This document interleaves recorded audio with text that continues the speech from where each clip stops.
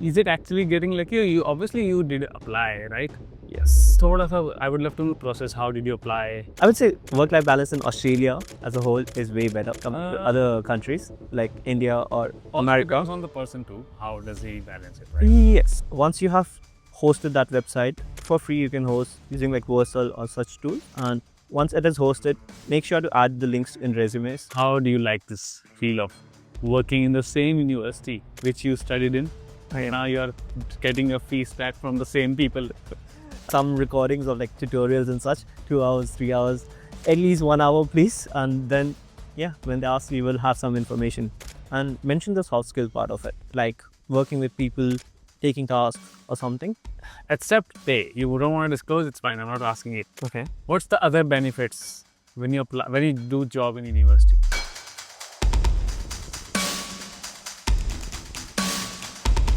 Hey guys, hello, welcome back to another video. This is your kapslock and today we are back with same guy, Abhijit.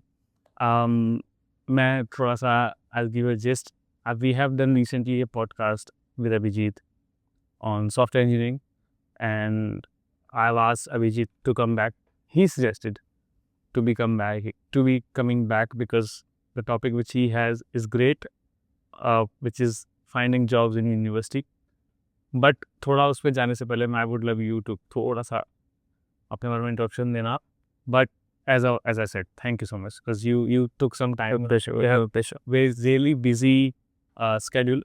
I know he has events and he has different things going on. Anyway, let's start. थोड़ा सा आप मेरे को अपने बारे में बता दो. मुझे क्या मतलब मेरे को तो पता ही है. So बता दो कि हमने topic should you like how can a person get jobs in the university? उसे शुरू करने से पहले why did I choose you obviously because you're doing it. थोड़ा वो मुझे. So, to give a bit about my intro, I would say my name is Abhijit. I'm currently doing Bachelor of Software Engineering and I have 5 years of experience now. I started off as a freelancer initially and that was for 1.5 years. Then I did full-time work for full-time software developer for a few months, then data analyst, and now currently working as a software engineer. And yes. But वो university से कैसे link हो रहा है? That's what. ये uni से link हो रहा है. Let's say uni, the role is very much related to the course I'm doing, and also I work at RMIT. That's what. Yes. So by the RMIT, you're talking about RMIT because you studied in RMIT. Yeah. You got a job in RMIT and you are still studying. I guess your studies hasn't been completed yet, right? Yeah. Okay. So you're in which semester? I'm done with the uni now. We're done with the. Yeah, it's complete. So you're gonna be turning into full time? Yes, it's full time. Have you asked them?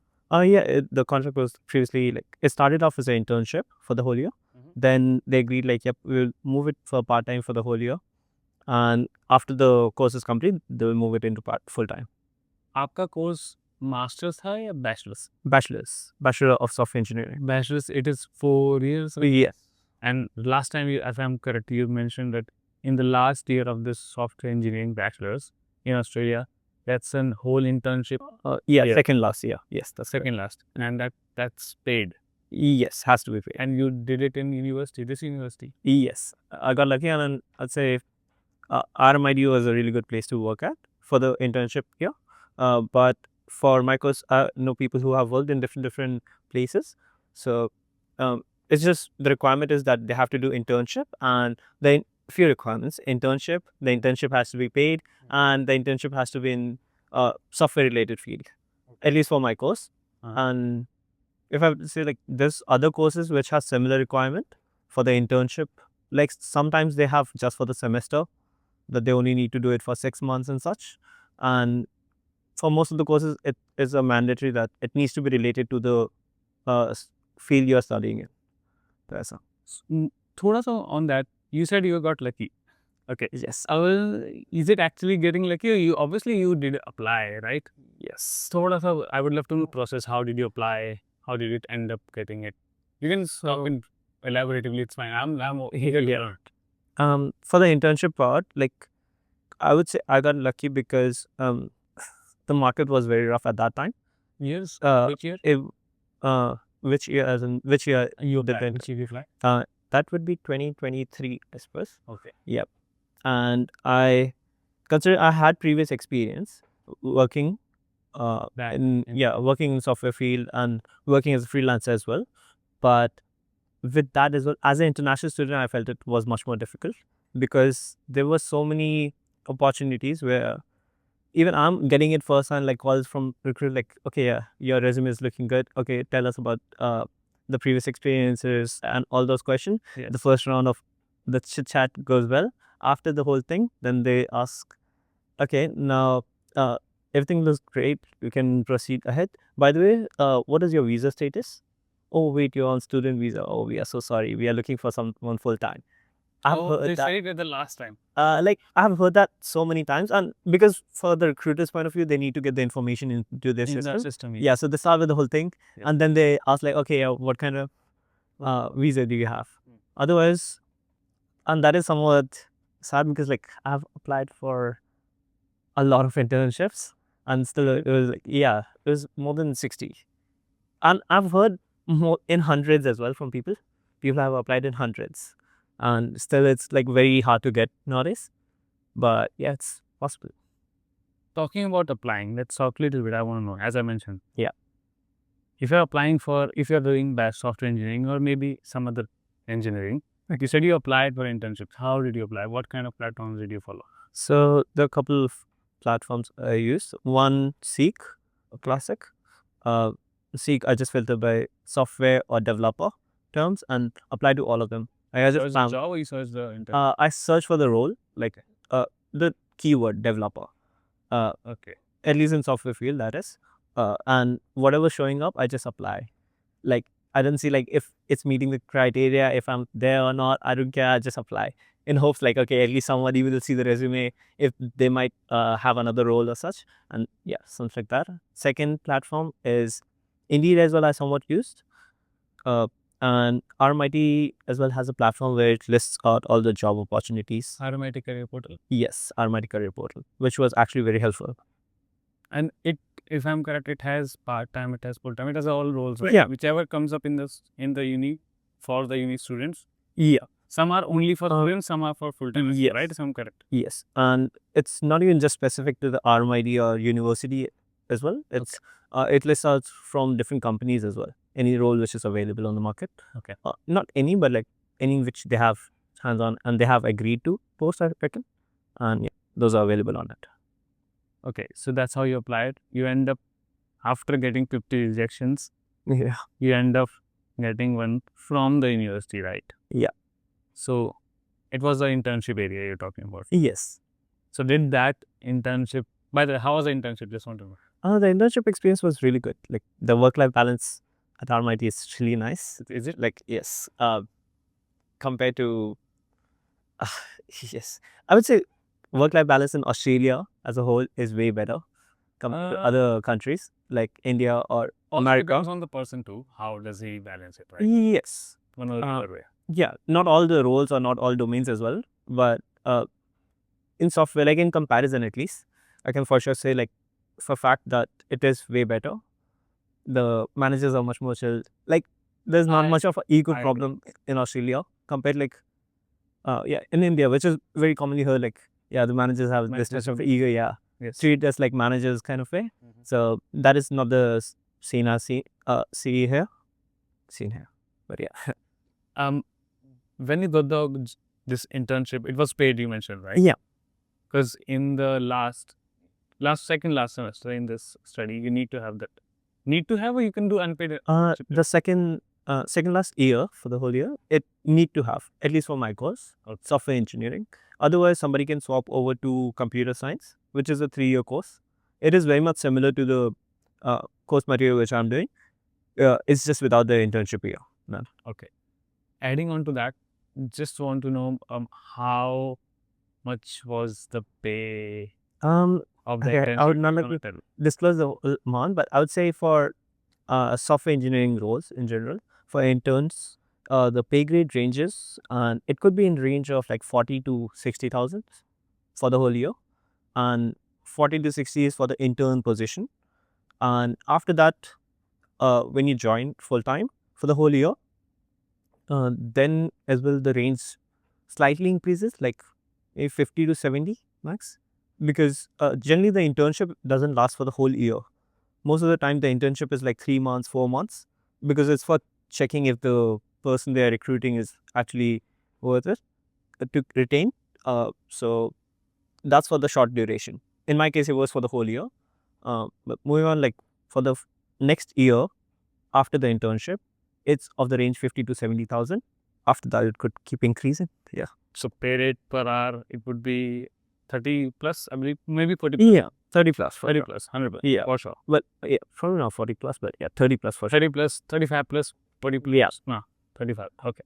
I was leading the things, but anyway. Well, when you apply for this internship thing, Yeah. that turned out into this job role you're doing today. Yes. Okay. When a person, or maybe me, any person, wants to convert an internship into a job, Yeah. some tips from your side that you should tell these people.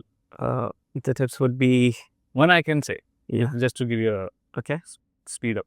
Do the internship as you do a job yeah, in that area, right? totally. That they can see that yes, this guy is putting in effort. Rest on you. Well, for sure, putting more points on that topic only, like treat it like a job only. Try to learn as much as possible, and ask as many questions as possible as well. Like be clear with your manager or supervisors, like, okay, yeah, what is involved, what is required from me, anything. And also get a habit of like, yep, write down whatever was whatever was given to you as a task or such. Create notes of those properly, create concise meeting notes, and just be have all the good skills of a perfect employee. Like the skills are fine, because skills anybody can learn pretty quickly. It is more on the soft skill side, which you need to keep in check. Work ethics and such. And then there's a high chance, like, yes, your manager would be like, okay, yeah, this is a great employee, he tries his best, that's it. And yeah, let's proceed further with full time. Talking on skills. Yeah. I have a question, like really simple. Hmm? I've written it. Where should someone start when looking for a job? Online job portals, company websites, networking platforms like LinkedIn. The question mainly stands out because you ended up doing this job because of an internship. Makes sense. If a person is randomly just directly applying for a job in the same university or maybe in another university, what kind of things that tips or things that you might tell him? If it is in similar domain, that is software engineering, Okay. my best suggestion would be start with projects. Create projects, or projects could be anything. Like you have built a website for RMIT. Assignment, let's assume for assignment they had to build a website. Now that website has been built, you are submitted. After submission, try to get it, try to upload it on GitHub or platforms where it is visible that you have done work. And once you have hosted that website for free, you can host using like Versal or such tools. And once it is hosted, make sure to add the links in resumes, so the people can see like, okay, he has actually done some projects and he has experience. Because most of the interviews, the people do ask like, okay, tell us about the best project you have worked on. That could be your uni projects as well, but that does showcase that you have real life experience. And also for resumes, do mention if you have worked with teams before. Teams as like with group of people, not the Microsoft one. But yeah, feel free to add that as well. But group of people, because that shows that you have soft skills like Teamwork. teamwork, leadership. If not leadership, at least you can. Simplest thing, it shows that you can follow instructions if given. If you're provided a deadline, you can do it. And and if you worked with a group of 5, then add that point to your resume. Like worked with a group of 5 to finish this project, finish my part correctly, and all of those stuffs. So yeah, I would say projects would be the core part, and other skills could be, depends on the domain. Then if it's the similar like software engineering, computer science, data science, this it would for that polishing the skills. Yes, polishing the skills and projects. This is the part that in tech there's way too much to learn. So you can create separate resumes for each role, but just one is fine as well sometimes. That is, if you put like the projects are pretty nicely split up. Yes. Or tell the skills which you have used in it. So, projects. Okay. When you say internship, thing which happened, that's a question, but I can judge your answer particularly. Okay. The question was how valuable was that internship was, but now I feel it was really valuable. Yeah. Now you're getting a job. Just wanna have some experience point of view, not the technical point of view. How do you like this feel of working in the same university which you studied in? And now you're getting your fees back from the same people. It is very nice. Because I really like working in the tech domains. Anything tech related is nice. love it. But the really good aspect of working at RMIT is that I get to work on different domains as well, like different sites. Like I get to join research teams. Like they are building for research. For any PhD people? Yes, for anybody at RMIT, for sure visit RMIT Building 91, VX Lab. That has a lot of cool stuff.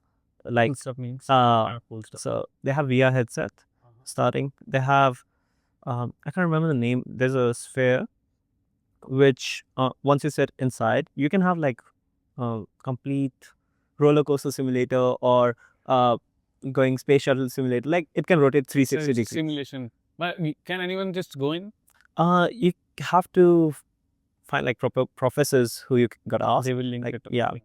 Such as Ian Peake and James Holland. Those are the best people to ask about it. He took the name, but Yeah. anyways, it's all good. Yeah, I mean, it's public out there. So, it's fine. And there's also, they have soccer team, RMIT soccer team. That is with robotics. They have got robots which play soccer. So, yeah. And recently they're getting like really good humanoid kind of robots. So that's also very cool. So that's the best part, like get to see cool stuff. So Okay. I'm not sure because I'm from design field.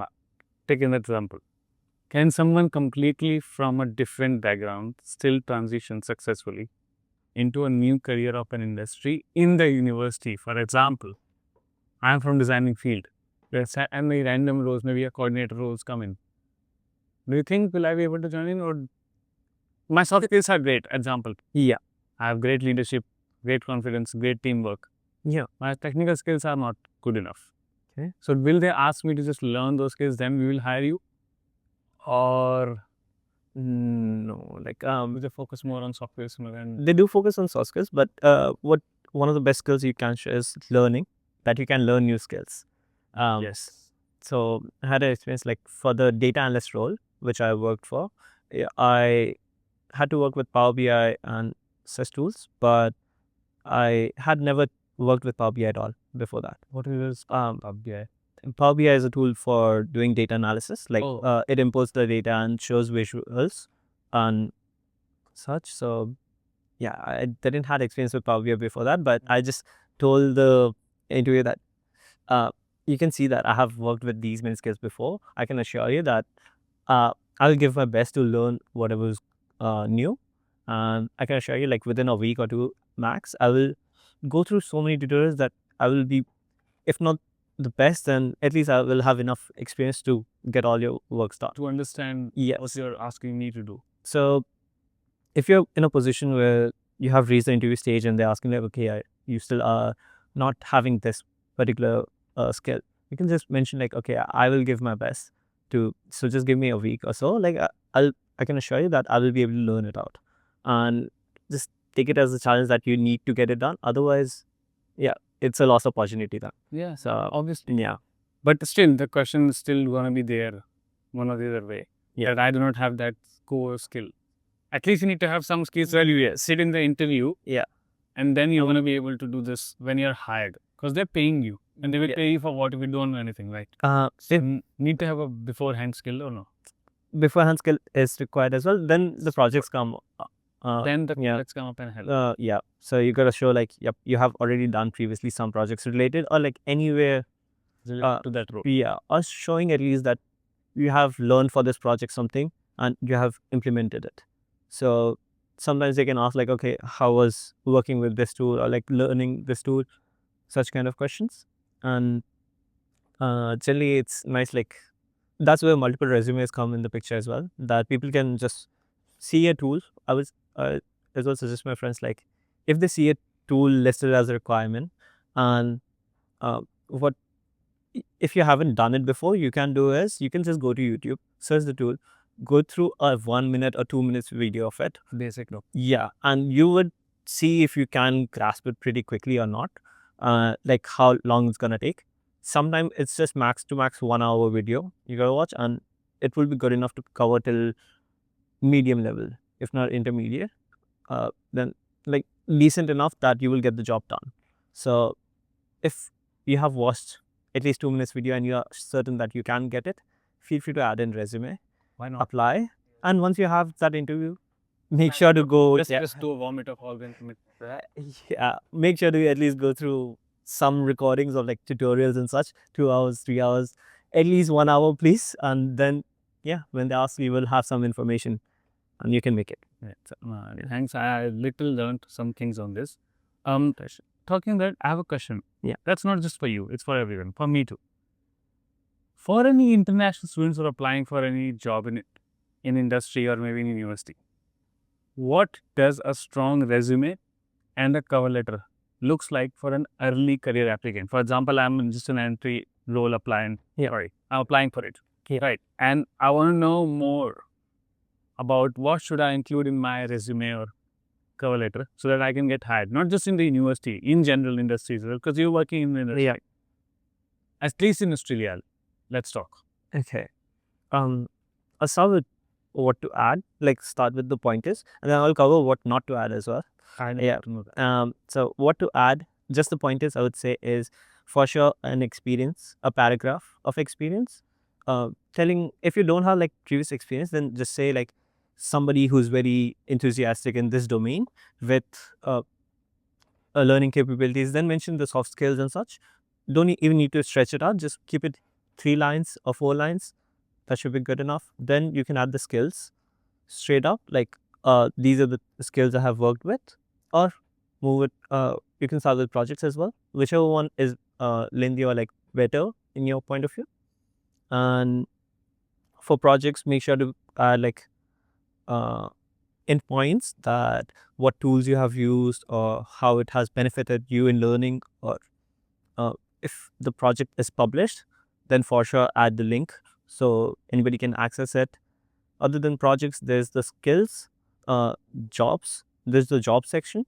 If anybody has worked anywhere related to it, or if not related to that domain as well, then as well feel free to add it and mention the soft skill part of it, like working with people, taking tasks or something. If it is not at all related, then keep it very short. Just keep the soft skills part. If it is related, then try to expand on it. And then moving on, the certifications, like mentioning the college is enough. Like GPA, generally nobody asks for the GPA, like, okay, do you have 4 GPA, 3 GPA? It doesn't matter much. Doesn't care. It's just study. And Yeah. So those would be the major factors. Rest all you can add anything like interest in hobbies or anything. And what not to add? In resume, what not to Not to add. For sure, photo.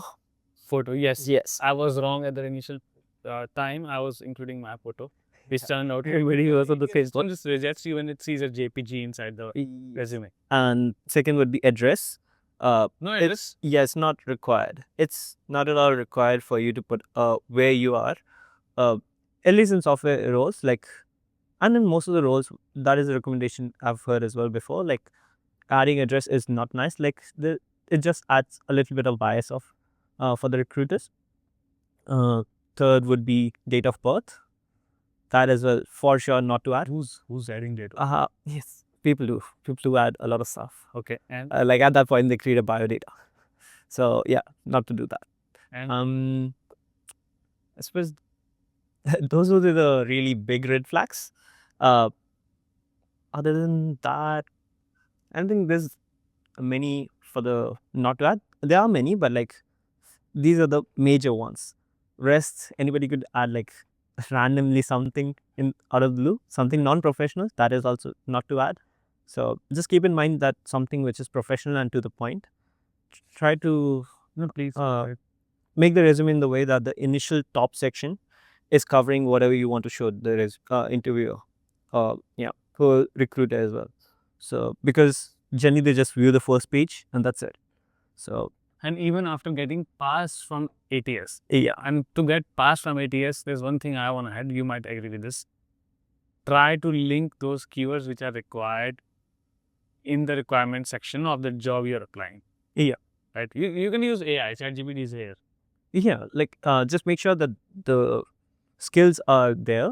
If you need the let's say the skills for sure are there which are required, and if the required skills are not there, then as well, like just don't add too many skills which you don't know. Then even if you get the interview, then there's the part like running around the bush. yeah. Great. So not too many, but like if you are certain that you can learn something new, feel free to add it. But yeah, keep it true. Keep it true, keep it natural. Yeah. But on the hobbies part, there's someone who told me if you can link some of the hobbies which might link to your role. For example, if I'm applying into designing, example, and in the hobby section, if I don't even do too much, but if I can write my hobby is drawing. So drawing does relate to the designing part. One or the other. Yes. Like Lego. Lego is a game. Yeah. Lego something that required logics, right? Yeah. Medical logics. So if you write that in the software engineering role, just in a hobby section, if they're watching it properly, they might not because they do not have that much time.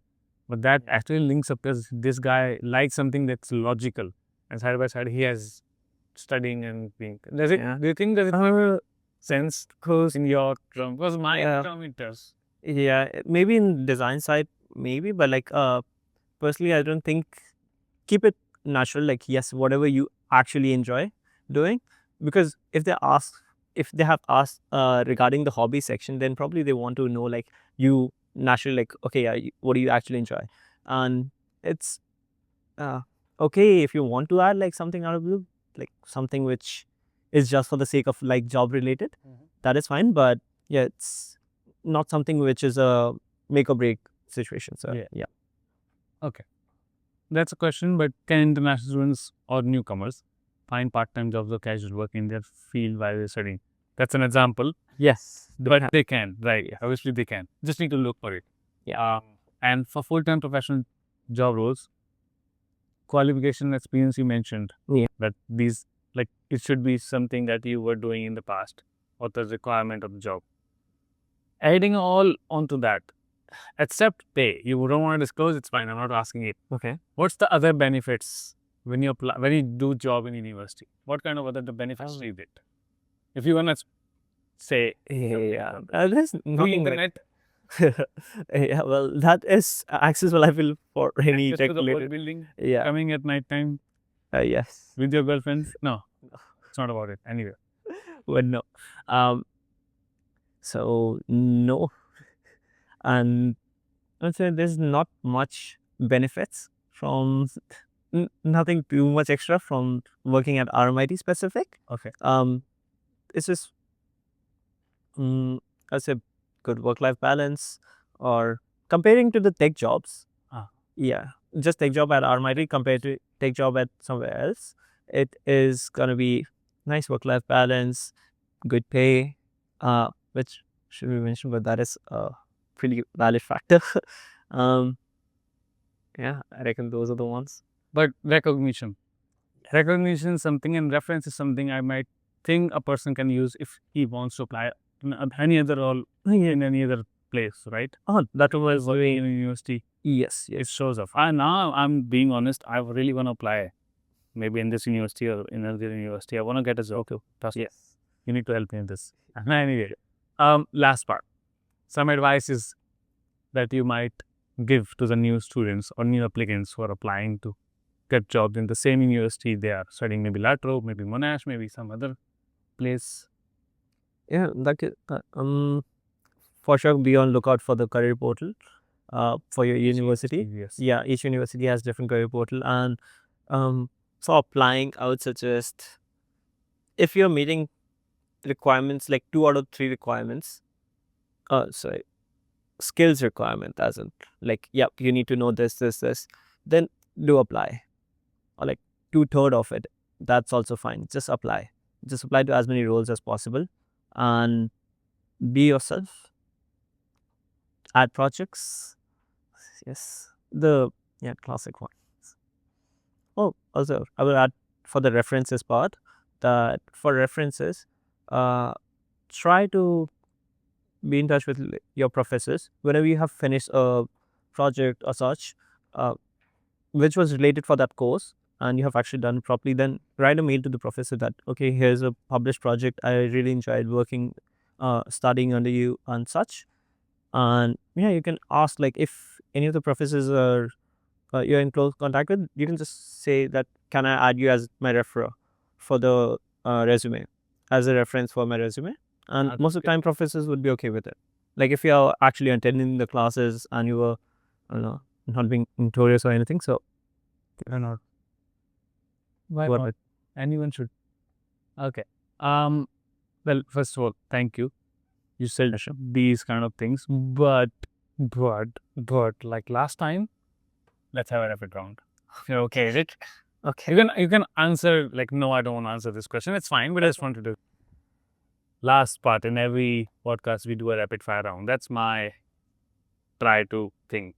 Okay, best university department to work in. I would say my own AEM. Is digital. AEM department. AIM. AEM. AEM. Yeah. What's full form? Adobe Experience Manager. Okay. More chill, library or admin desk? Library. Early morning shift or evening shift? Early morning shift. Favorite campus cafe? Okay, I'm a outside guy, so I would pick G5G. I go outside. Oh, it's healthy. Biggest perk of working at the university? Don't say please. I know it. Don't make me jealous. Anyway, I'll get to meet new people. A lot of new people. Yes. I agree. Especially the staff, different staff. That, hey, you're the guy who got my marks rejected that time. 9. Email or face-to-face meetings? Email for sure. You don't like face-to-face? I would prefer face-to-face if it's required, that is. Like if it's more than 30 minutes. More of a not of a priority. And I prefer okay, I reckon I'll change to face more if it is required. Okay. That's yeah. Best advice your manager ever gave you? Focusing on the soft skills, that write whatever you're working on or whatever you have done, and keep all the stakeholders which are for that task in the loop. That if you have done some change, then let others know that, okay, this has been affected or anything of that sort. So everybody's aware, so they can rely on you. So for the soft skill, I can relate as a better Venn diagram, which is communication. Yes. Last, one word to describe university work culture. One word. Nice. Nice? Yes. Okay, really easy lemon squeezy. Thank you so much. You literally answered all the questions really easily. Just want to add, if you have any questions, if you are okay with it, would love to share your details, like LinkedIn, Instagram, whatever, it's fine with you. It's coming up here. You can DM him directly. Link will be in the description too for his contacts. Don't disturb him and don't just say hi and no message. Write a proper message. Hi, this is this. Otherwise, he will ignore. Yeah, I would be at his place. I would have ignored too. Anyway, write questions, answer. You will get the answers eventually. Write the questions in the comment sections too. When you can come back anytime, or maybe we can try to answer you. If you're coming to Australia, Melbourne, meet us. Yeah. And subscribe to the channel. And in the end, as I mentioned, like this video. Share this video to your friends who's thinking to study in RMIT and might need help from these videos. Like, share, subscribe. See you guys. Bye-bye.